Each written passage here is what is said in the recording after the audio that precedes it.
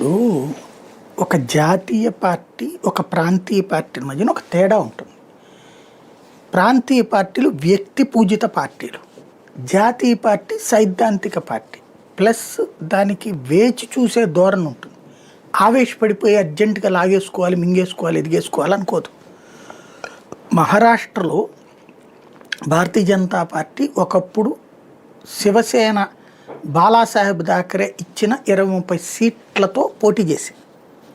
ఆ రోజున అసలు ఎలక్షన్లో పోటీ చేయగలిగినటువంటి శక్తి లేదు మాకని చెప్పింది. 30 సీట్లు మేము ఏం చేసుకోవాలని అడిగింది. బాలాసాహెబ్ థాకరే ఎందుకు ఇచ్చాడు? శివసేన ఎందుకు ఇచ్చాడు బాలాసాహెబ్ థాకరే? ఆ రోజున హిందుత్వ అనే ఫీలింగ్ చాలా బలంగా ఉంది దేశవ్యాప్తంగా. ఒక పార్టీ జాతీయ పార్టీ ఎదగాలి, వీళ్ళు అక్కడ జాతీయ పార్టీ, మహారాష్ట్రలో హిందుత్వ పార్టీ, ఇది శివసేన అనేటటువంటిది.